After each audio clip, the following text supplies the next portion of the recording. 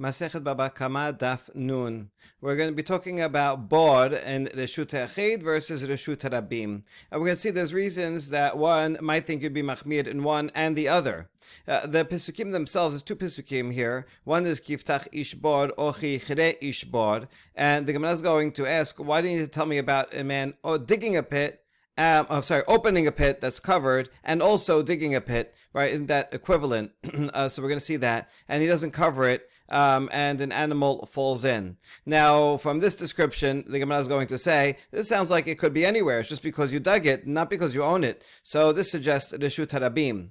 However, the next pasuk says, Baal Ashor Yeshalem, to the owner of the pit. Owner of the pit sounds like he owns it, it's in his private domain. And so that's a reason to prefer to say to be machmir in private, because then you actually own the pit, it's yours on your domain, you're responsible, and not so in the public. On the other hand, in the public, that's where people are walking, and so you're creating a public nuisance, a public danger. Whereas in private, you can say, well, I'm doing whatever I want on my private land. We're going to see how, if regarding private land also, depends on if it's close to the public domain or not, or if you give permission for people to walk through your land or walk on the edge of the land and then they fall into a pit. So then it's private, but since it has access to public, one has to be more careful. Okay, those are going to be the considerations that we're going to have to take into account.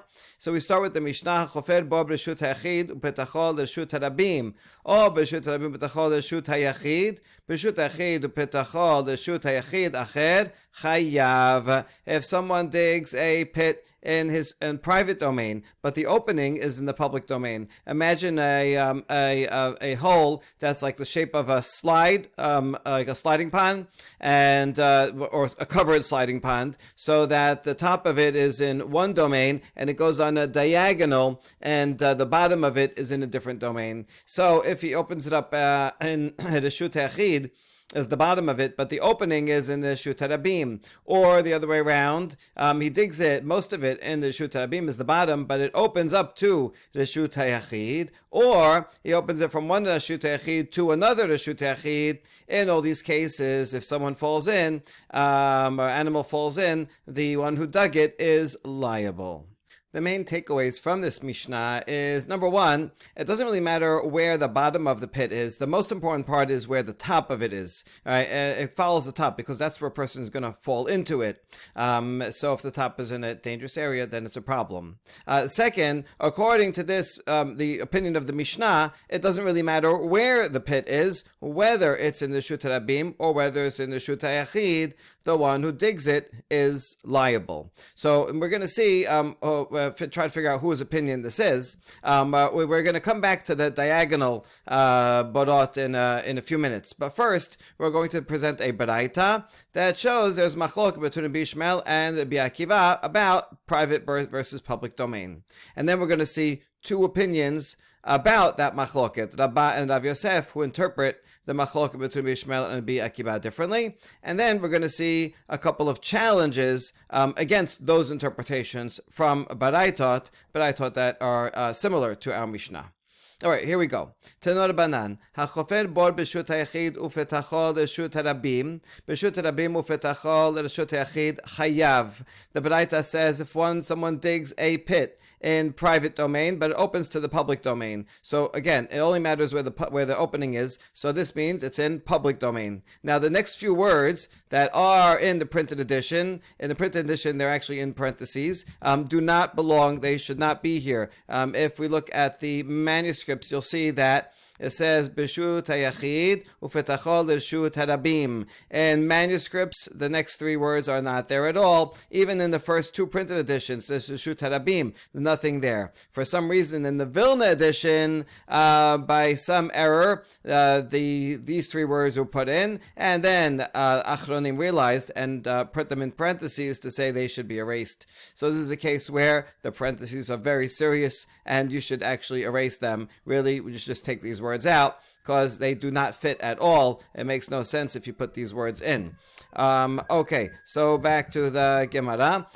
So this is the first opinion here is Zehu Bor Amor B'Torah D'Brei Rabbi Ishmael. So once again, according to Rabbi Ishmael, someone who digs a pit in the public domain, the opening is in the public domain, he is liable. And he further says, this is the pit that the Torah is talking about, right? This is the main example of a pit. It's in public.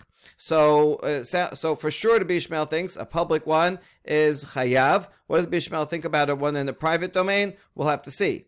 Rabbi Akiva Omer Hifkir Reshuto v'lo Hifkir Boro Zehu Bor Ha'amur B'Torah. Rabbi Akiva thinks that if I dig a pit in my own private domain and then I renounce ownership of that land or part of that land such that now people can walk through, but I did not renounce ownership of the board itself. So the board is mine. It's a privately owned board. But see, if I keep the whole land private, so now it's protected, right? No one's allowed to trespass. So then that's not such a problem, right? I wouldn't be responsible. But here, I keep the board. It's in my possession, but I allow people to walk through. So now this is a board in the Reshut HaYachid, and the Rabbi Akiva says a board in the Reshut HaYachid, in such a scenario where people have access to walking through it, that is the prototypical board. This is what the Torah was talking about. So we see for sure Rabbi Akiva thinks that a board in Reshut HaYachid is liable. What would Rabbi Akiva say about Reshut HaRabim? It's not clear. Okay, so now we're going to have two interpretations of this machloket. Amar Rabba. Bebod Reshut HaRabim kule alma la pelige de mechayev. Rabba thinks that everyone agrees that a board in the public domain is chayav. For sure, Rabbi Ishmael, he said that explicitly, and he said even Rabbi Akiva would agree to that. Why? My ta'ama, amar kera ki yiftach v'chi yichre. Im al peticha chayav al keriya lo kol sheken. He's asking about the double language in Pasuk 33, the first of the two Pasukim that we saw in the Torah. It says if you open a pit or if you dig a pit. Well, if I'm chayav, if I just open a pit that was already there and I uncover it, then all the more so, if I dig it, I'm going to be liable. So why have to bother saying both cases? It comes to teach that I am liable when I am involved in opening or digging pits, no matter what else is going on, meaning I don't have to own it also. When it's in a public domain, for sure, I am liable because that's a case where it's the opening and uncovering that dealing with that is the only change I made, even without owning it. So from that language, from that extra language here, that's how we learn that in the public domain, one is liable, and everybody would agree with that for sure to be Ishmael and even to be Akiva. So according to Rabbah, where is the machloket? Lo nechleku ela bebor b'rshuto, one in a private domain. Rabbi Akiva sabar bor b'rshuto nameh chayav dichtiv baal habor bebor di'itle be'alim kamar chamana. Rabbi Akiva said, I think that if it's in a private domain, also one is liable because the second pasuk, right, of the two, pasuk 34 says the owner of the board. So a board that has an owner, that is liable. If it doesn't have an owner, also liable. So therefore, Rabbah says, according to Rabbi Ishmael, both, one is always liable, whether it's in private or public domain. Now, Rabbi Ishmael, sabar bala takala. What is Rabbi Ishmael going to do with this phrase, Baal Habor? He says that doesn't mean that you own the board. It means you are responsible for the hazard. When you dig it in public domain, you're only liable in public domain, not private domain. And Baal Habor means you're the one that dug it, and therefore you take responsibility. It doesn't mean literally owning it. Okay, good. So now to summarize. In the Baraita, Rabbah only talked about public liable, and Rabbi Akiva only said that private is liable. So now, do they totally exclude each other? Rabbah says no, there is overlap. Everybody agrees that in public one is liable, and Rabbi Ishmael says only in public, not in private, and Rabbi Akiva says both. One is liable everywhere. Rabbi Akiva is more machmir.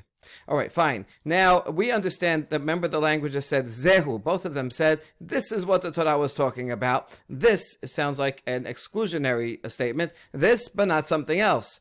So, according to Rabbi Ishmael, who says that one is liable only in public, so when he says this, it means this in public. That's what the Torah said is not allowed, but not in private domain. That would be okay. So fine, that language makes sense for Rabbi Ishmael. Elamai zehu bod hamor batorah dekamar Rabbi Akiva. But when Rabbi Akiva, who says one's liable in both places, what does he mean when he says this is what Torah is talking about, as opposed to what? And the answer is Zehu bor shepatach bo hakatuv techila letashlumin. This means public, in the public domain. That's what the Torah started off talking about, and so that one for sure is liable, right? Once again, the Pesukim. Pasuk 33 says, and that double language comes to say that even in public, in public domain, one is liable, because in any case where just for digging, even without ownership, that's what this double language comes to mean. So when Rabbi Akiva says Zehu, he means this is the first pasuk. We already know this pasuk. We already know in public domain one is liable from here, and I'm adding, Rabbi Akiva says, Baal Habor, that also when one is the owner, that in private domain one is also liable. All right, good. So all that is the interpretation of Rabbah, and according to which Rabbi Akiva is the Machmir one. However, Rav Yosef has a different, flips everything around, and actually, according to him, Rabbi Ishmael is the one who's Machmir and says one is liable in both, as follows. Rav Yosef Amar, he thinks that the place where they all are in agreement is in a Reshut HaYachid. It's yours. You're responsible for it. My ta'ama Baal Habor amarachamana bebor deitle ba'alim askinan. Since it says Baal Habor, the owner of the board, so now everybody's taking that literally. The person actually owned the board. It's in his private domain, and therefore he's liable. Ki pelige bebor b'reshut harabim. The argument is in a public domain. Rabbi Ishmael Amar Savar bor b'reshut harabim nami chayav. Rabbi Ishmael, remember in the Braita, he spoke about public domain. So for sure he says public domain is liable, and so he says also liable because reshut yachid and reshut harabim. Reshut yachid because it says Baal Habor. Reshut harabim dichtiv ki yiftach v'chi Im al peticha chayav al kiriya lo kol sheken ela shal eske peticha v'eske kiriya ba'alo. So here Rabbi Akiva is quoting what we quoted before, according to everybody. Now Rav Yosef is quoting it just for Rabbi Ishmael, that the double language, why do I need double language? If I'm liable for uncovering it, certainly I'm liable for digging it. Rather means for being involved in opening it or digging it, meaning just for that, and not because I also own it, I am liable. So from here I learn that I'm liable for public. So now we got Rabbi Ishmael. This is all within Yosef. Says that one is liable in both scenarios. Rabbi Akiva, remember in the Braita that we started, he only says private domain, and that's it. He only says private domain, limited, not public. So Rabbi Akiva, what are you going to do with this pasuk here, from which we learn public domain? And he answers, Hanu misrach serichi. I have a different answer. I actually need both cases, because if I only had one, I wouldn't know the whole law. If the pasuk only said that uncovering a pre-existing board is a problem, I'm liable in that case. I might have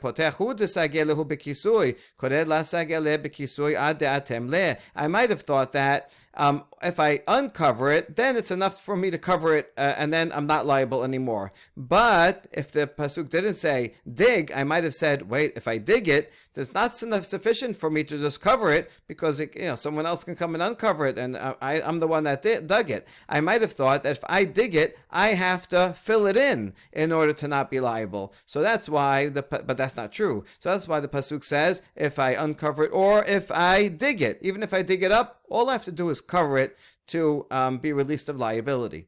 And if I only said the case of digging, I would have thought, if I dug it up, then I need to cover it. I did an action, I created the pit, I have to make sure to cover it. But I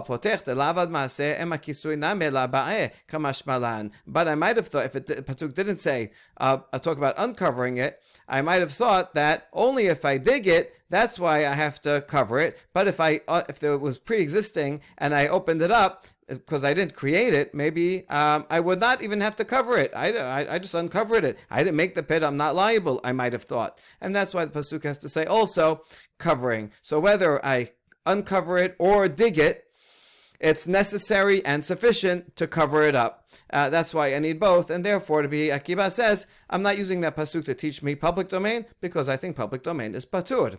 Ve'ela ma'zehu bod hamur b'Torah dekama Rabbi Ishmael. Now in Rav Yosef's interpretation, the limiting word zehu is perfectly understandable for Rabbi Akiva, because Rabbi Akiva says the Torah is only talking about a bod in the Reshut HaYachid, not the Reshut HaRabim. So I say zehu. But in Rav Yosef's interpretation, Rabbi Ishmael is the machmir one. He said one's liable in all cases. So why does he say zehu? This is what the Torah is talking about, which implies that it's only this case and not something else. What is it excluding? And the answer is zehu bod shebatach bo hakatuv techilan zaki. No, Rabbi Ishmael meant to say this is the first one. Rabbi Ishmael said in the Braita, public.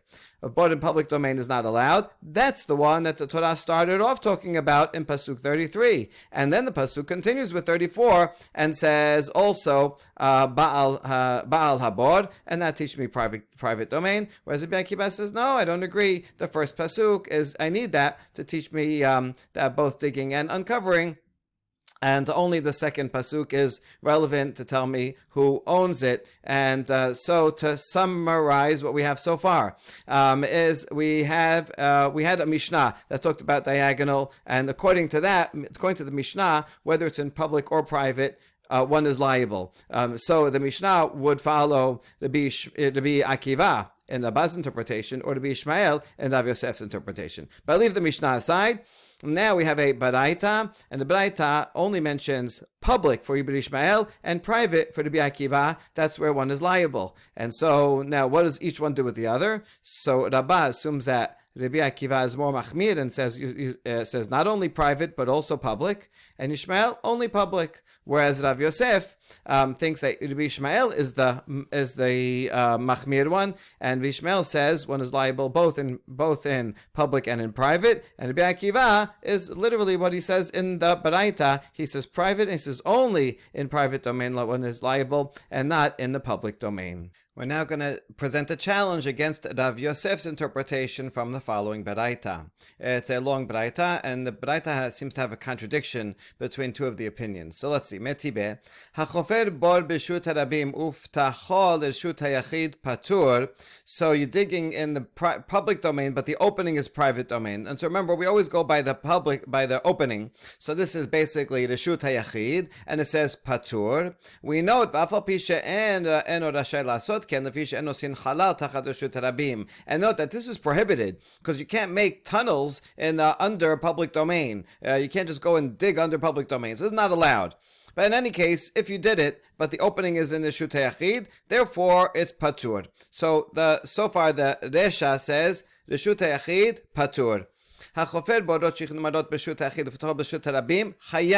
If the bottom of the pit is in private, but it opens in Reshut HaRabim, so it goes by the opening, and so Reshut HaRabim Chayav. So far we have Yachid Patur, Rabim Chayav. Now, third case, Hachofer borot b'shut hachid hasimucha l'shut harabim kegon elu hachofrim leushin patur. If you dig a pit in private domain, but it's right next to the public domain. For example, people who dig foundations. If you can make a foundation for a new home, so you got to dig a lot. You have to dig even beyond where the house is going to be because you have to shore up, right, the sides there, and you have to put the foundation in, so you need space to work. So in that case, people are going to be digging all the way right up to the border between their property and the private and public property. So that is patur. Why? It's a special dispensation for people digging foundations because that's the usual practice. That's how you dig foundations. And so you know what? Otherwise we won't be able to build a house. So okay, for that, patur. We can infer from this that if one were digging in the private domain, not for the purpose of foundations, then one would be hayav. Okay, so the third case seems to contradict the first one, and the first one is said yachid is patur, even though that also seems to be like close to the Reshut HaRabim, because look, it goes under there, the Reshut HaRabim, and so the first one says yachid patur, and the third case here says in the Reshut HaYachid, it would be chayav. Here it's only patur because it's foundations. Now we have a minority opinion that is not relevant to the question, but we'll just learn it. Rabbi Yehuda mechayev. Rabbi Yehuda thinks that one is chayav in the case of foundations, unless you make a partition. You have to put a fence 10 handbreadths high. You can make a foundation, but you got to put a fence. Or you have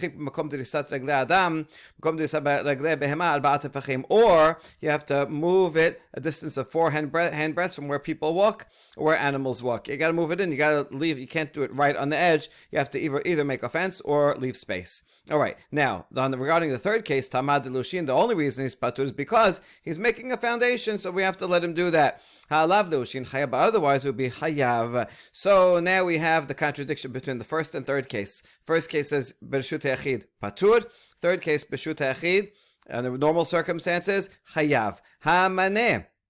Bishlama l'Rabba Resha Rabbi Ishmael v'Sefa Rabbi Akiva. It must be that the first and third case are two different opinions. Now, according to Rabba, that's totally fine. The Resha that says patur, that would be Rabbi Ishmael, because according to Rabba, they're arguing about the Reshut HaYachid, and Rabbi Ishmael is the one that says patur, and the Sefa Rabbi Akiva. According to Rabba, Rabbi Akiva is Mahmir, and he says chayav in all cases, including certainly Reshut HaYachid, and so it's easy to resolve the first and third case. Ela Rav Yosef Bishlam Sefa Dibre Hakol. Rav Yosef, so we could understand the sefa that says B'Reshut HaYachid chayav, because according to Rav Yosef, everybody agrees that one is chayav in Reshut HaYachid. There's no argument there. Ela Resha Maneh Lo Rabbi Ishmael V'Lo Rabbi Akiva. But the Resha where it says B'Reshut HaYachid patur, well, nobody says that. Not Rabbi Ishmael, because Rabbi Ishmael's Mahmir. He says always chayav, so it's not him,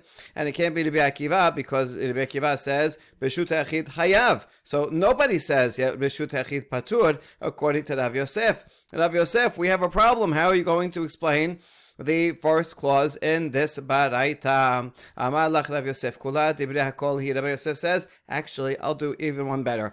The entire thing, the entire baraita is according to everybody. Sefa, as we said, the third case, B'Reshut HaYachid chayav, that's in fact what everybody says according to Rav Yosef. Veresha, shelo ifkir lo reshuto v'lo baro. The Resha is when we're talking about when I made a pit in my private domain and I did not renounce ownership, not over the land, people to walk in, not over the board. I made it in the middle of my land, and nobody can walk there, otherwise they're trespassing. In that case, everybody would agree that I'm patur. All machloket is only about if I make a pit in my land and I do it close to the border, or I renounce ownership of a pathway, and then people are walking near it. That's where the machloket is. If that's where everybody, actually, now there's no machlok on Rav Yosef. That's where everybody says chayav in a Reshut HaYachid chayav is when people have access to walk near it. But if there's no access near it, I did not renounce ownership over any part of it, then actually everybody agrees patur. So Rav Yosef is good. Amar Rav Asher hashta dokimna l'Rav Yosef l'divrei hakol l'Rabba nami latuk maketane. Rav Asher says, now that you gave that answer for Rav Yosef, now look, Rav Yosef is looking even better than the Rabba, because we'd rather not say that the Resha is Rabbi Ishmael and the Sefa is Rabbi Akiva, right? And Rav Yosef can say both the Resha and Sefa are talking about everybody, because you just made an ukimta that we're talking about where he didn't renounce ownership. So Rav Asher says, once you did that for Rav Yosef, I'll make an ukimta and help Rabba. And for Rabba also, you don't have to say it's a machloket tanaim, but the Resha is Rabbi Ishmael and the Sefa is Rabbi Akiva. Made the Resha Rabbi Ishmael, Sefa nami Rabbi Ishmael. I could explain the whole thing according to Rabbi Ishmael. Betama dilushin. So remember, according to Rabba, Rabbi Ishmael says Reshut HaYachid patur. So that's why in the first case patur, and in the third case, The reason why in the Mishnah it says patur is because he's making it for foundations. Halav leushin hayav kegon de'arvach arvuche l'shut harabim. And the implication that you should have from that is not otherwise it will be chayav in all cases, but rather otherwise, if you're not stopping at the foundations, but at the border, but you're widening even more into the public domain, that's what we're talking about. It says chayav. If you're making foundations and you dig precisely within your domain, then then it would be patur, right? That would be fine, because this would be Ishmael. He says b'shut achid patur. But when it says for foundations, hayav in the Braita, it's assuming that you're actually extending. And sometimes you do. In order to make a proper foundation, you need even more space, and you have to extend out into the Reshut Harabim a little bit. And that, in that case, you're going into the Reshut Harabim. And that's why the Braita says, if you're stopping at foundations precisely within the border, fine, then patur. But if you're extending, then it would be chayav. That's the implication. And so now, Rabbah also can explain that the entire Braita is according to the one opinion of Rabbi Ishmael. And finally, we're going to have one last challenge, also against Rav Yosef. Meti b'hachofer bor b'shut ha'achid, uftacho l'shut harabim hayav, b'shut ha'achid v'smucha l'shut harabim patur. Someone digs in private domain, but the opening is in the shut harabim. So all that matters is where the opening is. So here you go, the shut harabim is hayav. And if he digs it in the shut ha'achid, and it's close to the shut harabim, still the shut ha'achid, the opening and everything is in the shut ha'achid. It's opening shut rabim patur, so that counts as a shut yachid patur. So who can we identify that would say the shut rabim hayav, abor in the shut yachid patur, bishlama l'Rabbah kula Rabbi Ishmael hi. According to Rabbah, the whole thing is Rabbi Ishmael, because that's exactly what Rabbah says. According to Rabbah's interpretation of Rabbi Ishmael, if it's in public chayav, if it's in private patur, if it's perfectly. El Rav Yosef bishlama l'resha Rabbi Ishmael el sefa maneh la Rabbi Ishmael vela Rabbi Akiba. But according to Rav Yosef, we can understand the resha that says b'shut harabim hayav.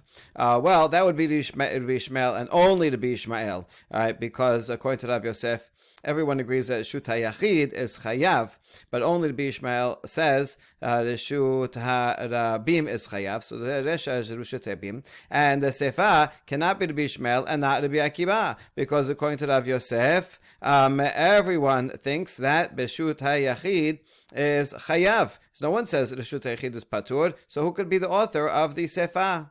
Amalach b'chofed l'ushin v'dibira kol, and Rabbi Ishmael, Rav Yosef could answer that. We're talking about a case where he's digging a foundation, and if you're digging a foundation, everyone agrees that that's a special dispensation. We need people to build houses, and so that's the usual way to build a foundation, is to dig in a Reshut HaYachid, and therefore everyone agreed, to Ishmael and Rabbi Akiva would agree that in that case you're patur, and so that's no problem, right? The Resha could be Rabbi Ishmael, who says Rabim is Chayav, and everyone would agree that since its foundations, the Reshut HaYachid, this case, even though Smucha the Reshut HaRabim, because you're building a foundation, still patur. All right. Now they mentioned that another very important halacha regarding digging cisterns, and this time for someone digs a cistern, but he donates it to the public, which is a very good thing to do. Tanur Banan, Chafaru patach masad l'Rabim patur, Chafaru patach v'lo masad l'Rabim hayav. If someone digs or opens a well and transfers it to the public, is doing a public service, right? People need wells, they need water, and this guy, he goes and volunteers and digs, not in the middle of the street where people are walking, he puts it in a nice convenient place by the side of the road, at the entrance of the city, where people need it, and in a good place, and he announces, right, this is now for the public, and now the public will take care of it, maintain it, do whatever they have to do to keep people safe. So if someone would be damaged, that guy is patur because he did a public service and donated it. On the other hand, if he opened or dug or opened a well and did not transfer it to the public, so now that's just a regular case of a bor that he's responsible for. If someone is damaged, then he's responsible. And this is exactly what this guy named Nehunia, he was known as the digger of pits, ditches, and caves. he would go, that was his mission in life, to provide water for people. He would dig wells or cisterns that they would fill up with water so everybody could have water, and he would announce them and give them to the public.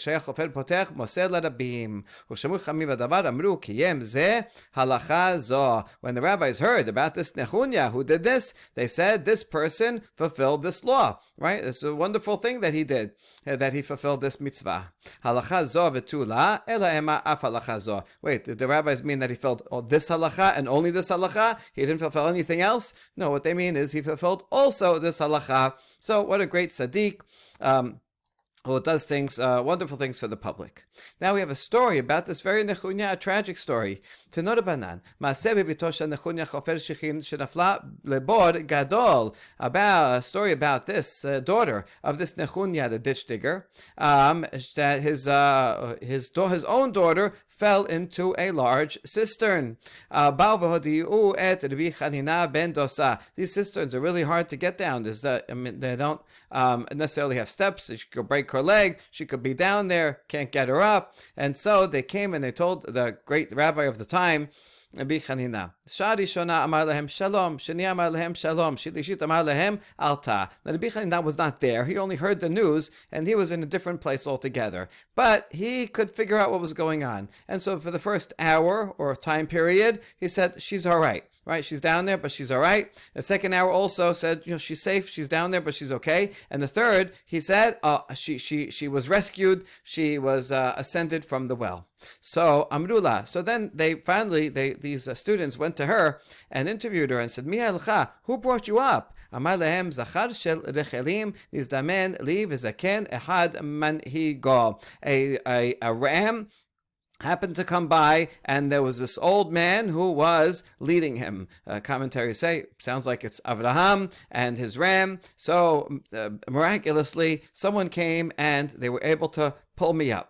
Amru lo nabiata. So the students turned to Rabbi Chanina ben Dosa. Says, "Oh, you are a prophet? How did you know? You weren't even there. And you said, have patience, have patience. And then you announced that she was rescued. How'd you know she was rescued? Amar lehem lo navi anochi velo ben navi anochi. I'm not a navi. I'm not the child of a navi. I don't need prophecy to figure this out. Ela kach amati davar sheoto sadik mista'er bo yikashel bo zar'o. Rather, I said to myself, this meritorious act that this great tzaddik suffered through, he toiled through, he spent so much time and effort being mezakeh the rabim and giving them water by digging these pits. Does it make sense that his own child should fall and be harmed by such a thing? Right? That would just be a terrible, impossible. What an injustice that would be, right? Look, bad things happen sometimes, but the very thing that he did, and as a merit, he should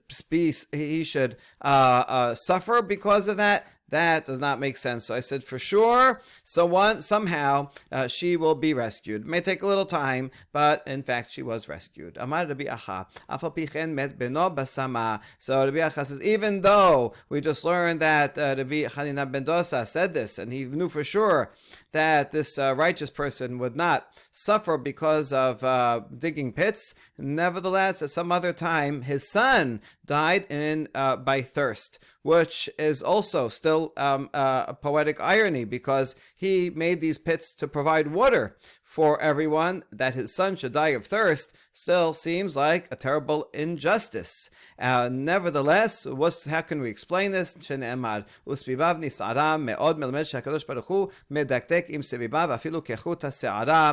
Pasuk says there is a storm around him, sibibav. So it teaches that Hashem is very scrupulous with those around him, sibibav, meaning those who are very righteous are held to a higher level. And so precisely because this Nehunia was so righteous, that's why he did whatever, maybe some small minor error that he or his son did, and that they were punished greatly for that. Rabbi Nehunia Amar mehacha el naras besod kedoshim rabba venora al kol sebibav. Rabbi Nehunia, who happens to have the same name as the Nehunia who was the hero of our story, he says, I learned the same lesson, but from a different pasuk. God dreaded in the great council of holy ones and feared by all that surround him. Sebibav again understand is those that are close to God, those have the most to fear. They are judged with great with exacting level. Amar Rabbi Hanina kol amer hakadosh baruch hu vatranhu yivatru chayav shlemar asur tamim pa'olo kichol derachav mishpat. Anyone who says that God is forgiving, he relinquishes sin, that God will relinquish that person's life and end it early. As it says, God is perfect, his ways are justice. Is justice. Sometimes Hashem is merciful, but you can't just say, oh, God won't care about it. No, there is also justice. Rabbi Chana, Aveitem Rabbi Shmuel bar Nachmani, Mai dichtiv erech hapayim, v'lo ketiv erech af, erech hapayim lasadikim v'al-risha'im. And along the same lines, Rabbi Chana, or some say, Rabbi Shmuel bar Nachmani say, well, how come it says in plural, God is long-suffering in plural, literally long of af, of nose, but it means to be a patient. So why patient in a double and not just with one? And the answer is God is long-suffering and patient, both for tzaddikim and for the sha'im. For the sha'im, it makes sense, right? He doesn't necessarily punish a person, a rasha right away. He may delay the punishment, give the person a chance to make teshubah. And also for tzaddikim, it could work both ways. Either maybe also long suffering and will punish the tzaddik also after a long time, or it could mean that he will only give the reward after a long time. Just because a tzaddik doesn't get rewarded immediately, that doesn't mean he's not a tzaddik. Could be that he's delaying it for later. Now that we mentioned that Hashem is slow to anger and sometimes punishes a person after a long time, we have an important story that demonstrates this. Tenor Banan, Lo yesakel adam reshuto l'reshut harabim. A person should not take stones out of his private property and throw them into the public property. He wants to clear his field, so he just litters, puts them into the street. Not his problem. A person should not do that. And look at the consequences for doing so. Ma'aseh be'adam echad she'em mesakel מרשותו לרשות הרבים. וסו חסיד אחד אמר לו, רקע, מפני מה אתה מסכל מרשות שאינה שלך לרשות שלך. One time a person who was doing precisely that, he was taking stones from his private domain and throwing them into the street. And a certain chassid came and said, you foolish one, you lowlife, why are you removing stones from a domain that's not yours to a domain that is yours? And this is strange because it seems like he's doing the opposite. He's taking stones from his Reshut HaYachid, which is his, to the street, which is not his. But this Chassid seems to have mixed up the from, the to and from. He's taking, and he said, you're taking from a place that is not yours to a place that is yours, as if the street is his. So ligleg alav, the man who was removing the stones, made fun of this chassid. This guy is just out of his mind. He doesn't know what he's talking about. But liyamim disachlim kol sadehu. Sometime later, it didn't happen right away, but this person who didn't care about the public domain and was polluting, he one day eventually became poor, and he had to sell his field. And he was walking in that very street where he threw the stones. And he tripped on those very stones that he put there in the first place. Amar, and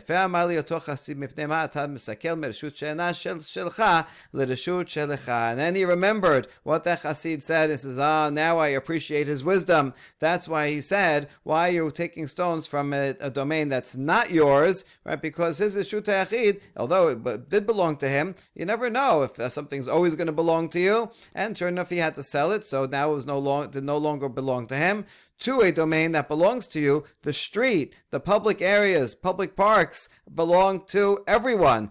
Don't say, oh, I don't care about it, it doesn't belong to me. Rather, the public domain is actually the responsibility and gives benefit to everyone, and therefore it's in everyone's interest not to litter, not to pollute, but to keep our environment, our streets, our cities, our parks all clean and safe, If not for other people, then for ourselves. Next Mishnah, chofer bor b'reshut rabim nafal tocho shor or chamor chayav. When someone digs a pit in the public domain and an ox or a donkey falls into it, the one who dug it is liable. Echad chofer bor shiach umara charisin unisin hayav.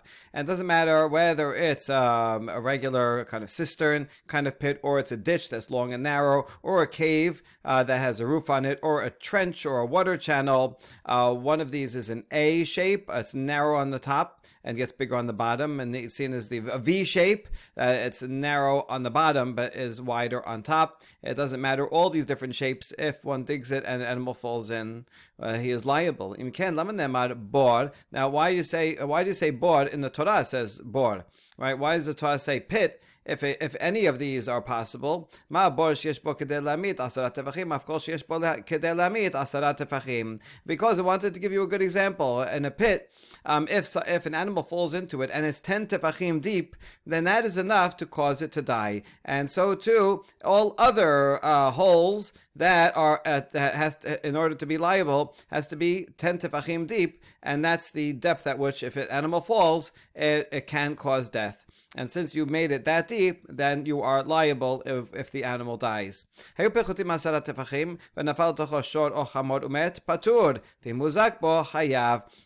less than 10 tefachim and an animal fell into it and died, then the one who dug the pit is not liable, because it's unusual, it's not likely, it shouldn't happen. So therefore it's not his fault. I dug just a shallow pit and not enough for it to die. It died, I don't know, must have been very weak. If it died, it's not my problem. However, if it just broke its leg or injured or something, well, even less than 9 tefachim is sufficient to cause injury. So the owner of the pit would have to pay for injury, but would not be liable for the animal's death.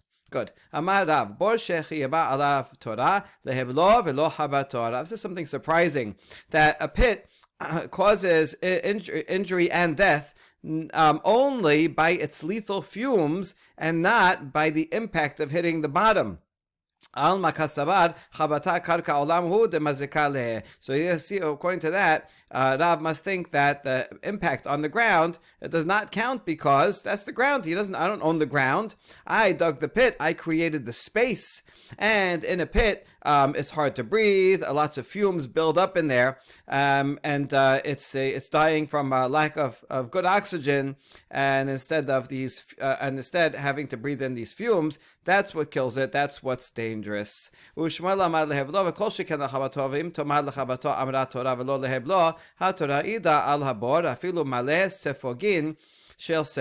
however, says both ways. Both the fumes and the impact can cause damage. So if the death happened because of either one or the other, the one who dug it would be liable. Now, if you'll say, wait a second, how do you know that it's both? Maybe it's only the impact. Who said anything about the fumes? And maybe the fumes has nothing to do with it. No, the Torah says bor, and that means in any case, anytime the bor is sufficiently deep that it will cause death, the owner is liable, even if you put sponges in it. Right, woolen sponges like this, sponges that they had, woolen sponges. Even if you put sponges, so that the impact is not a lot, so it will not die from the impact. But nevertheless, one will still be liable if it's 10 tefachim deep and the animal falls in, because it will die of fumes. So in fact, Rav and Shmuel, everybody agrees that fumes that kill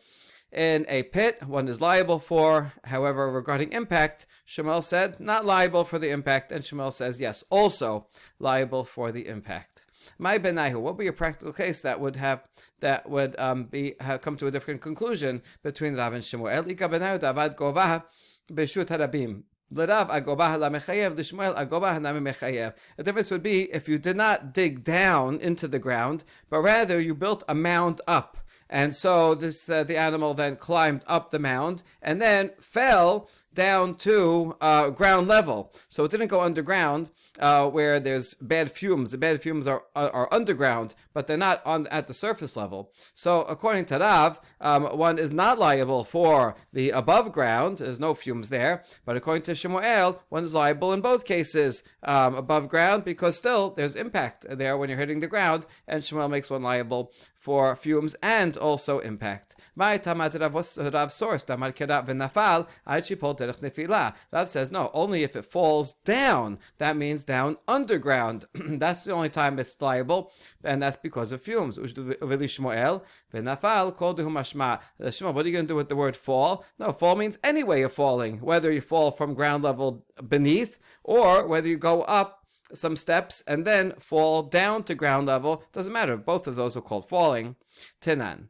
אם כן, למה נאמר בור? מה בור שיש בו כדי להמית 10 טווחים, אף כל שיש בו כדי להמית 10 טווחים. We're going to challenge it out from our Mishnah. The Mishnah said, if all these different types of ditches and caves are all one is liable for all of them, then why did the Torah say specifically pit?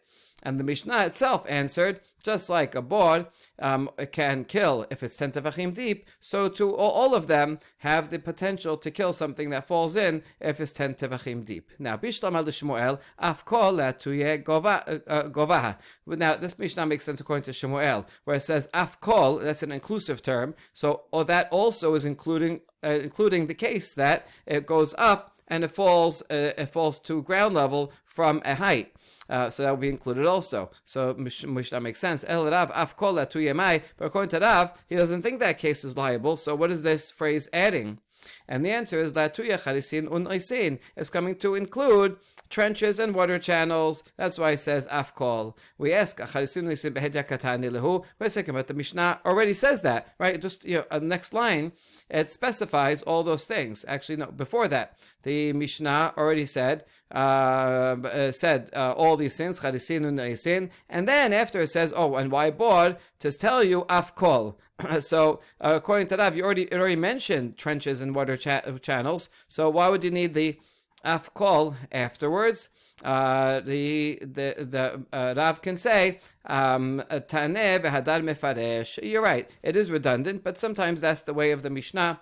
The style of the Mishnah is to say something and then it explains it. So it gives the bullet points at first. Yeah, trenches, water channels, and then it says, and how do you know? Oh, okay, so because this is bod as an example, but these are also other ones that have to be 10 tefachim. So af kol is including those things that I already mentioned. Now, why does the Mishnah need to specify each and every one of these types of holes in the ground? I can't just say one and I'll figure out the others. If you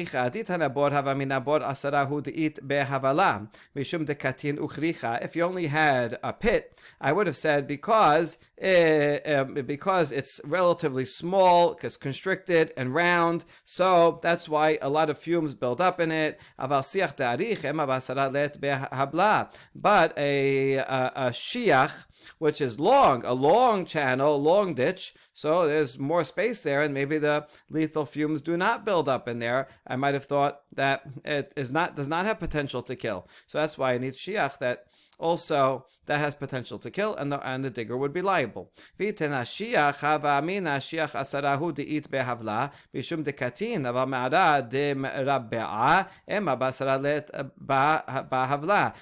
said only shiach, that's 10 tefachim deep, and it has fumes because it's very narrow, so the fumes stay in it. But if it's a me'ara, a cave, which is wide and rectangular, maybe there's just with 10 tefachim deep, there are not fumes in it. Maybe that would have to be deeper in order to have fumes. I might have thought that one would not be liable, so that's why I need the me'ara as well. Now,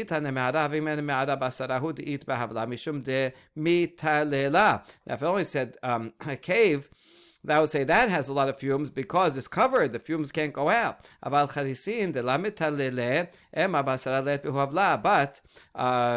trenches that are open on top, maybe the fumes can go out. So there would not be sufficient fumes to kill if it was only 10 tefachim deep. So that's why Mishnah has to say that.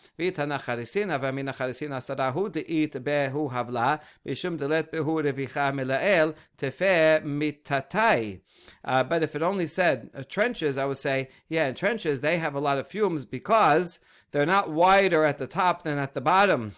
And so that's why it stays in. It's kind of narrow at the bottom. It doesn't get wider. It all stays. According to this, it's just like parallel lines. And so that's why the fumes stay in. But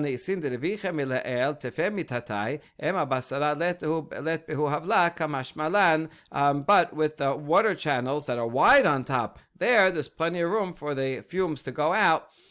And I would think that the digger would not be liable in that case if it was only 10 tefachim, and that's why the Mishnah needs to tell me all of these examples. It doesn't matter what shape it is. 10 tefachim is the standard. Fumes go in there, and one is liable.